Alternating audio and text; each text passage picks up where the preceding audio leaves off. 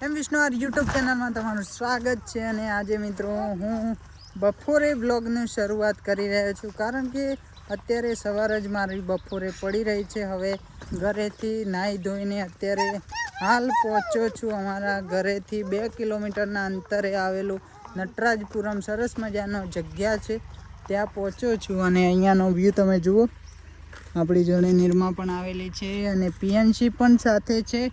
અને આજે હું શું કરવા માટે અહીંયા આવ્યો છું તમને ખબર છે? તમને તો ક્યાંથી ખબર હશે, મારે જ કહેવું પડશે। તો અહીંયા અરે ના તું બકોર કરે જો અહીંયા હું આવ્યો છું। જો તમને લાગે છે કે વિડીયો બનાવવો આસાન છે, ફક્ત આ 1 મિનિટનું આટલું બધું બોલવાનું છે। જુઓ તમે, આ 1 મિનિટનું આટલું બોલવાનું છે, અને જસ્ટ બીજી મિનિટનું આ છે, અને જસ્ટ ત્રીજી મિનિટનું આ છે। આ આટલું બોલવાનામાં 3-4 મિનિટનું અંતર કરવાનું છે મારે ટોટલી। અને જસ્ટ 4 મિનિટનો વિડીયો ફેસબુક અકાઉન્ટ ઉપર આવશે, નિરમા વિષ્ણુ ઉપર। તો મારા તમામ ચાહક મિત્રોને વિનંતી છે કે જઈને જોજો, બહુ સરસ વિડીયો છે, જેની અંદર અમે એક પાત્ર ભજવવાના છે।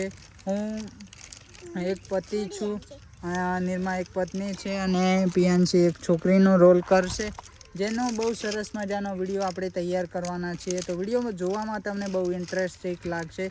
વિડીયો જોઈને કંઈક સમજવા, જોવા, જાણવા જેવું છે। વિડીયોની અંદરથી જોઈ તમે જુઓ અને તમને સમજ પડે તો બહુ સરસ વિડીયો છે। નિરમા વિષ્ણુ ફેસબુક અકાઉન્ટ ઉપર આવશે, તમે સર્ચ કરી શકો છો।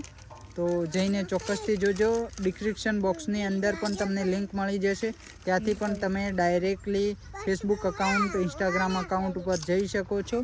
અને અત્યારે અહીંયાનો વ્યૂ જુઓ તમે, અમે કારણ કે બપોર થયો છે અને ભૂખ લાગી છે, તો પડીકા લઈને આવ્યા છીએ દુકાનથી।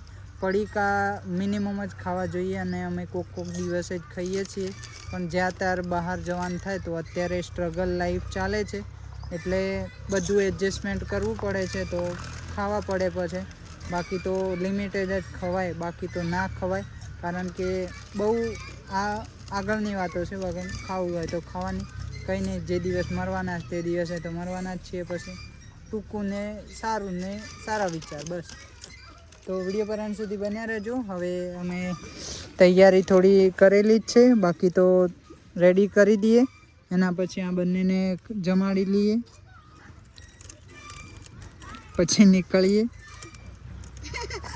તો ચાલો બન્યા રહો વિડીયો પર અંત સુધી, બહુ જ મજા આવવાની છે।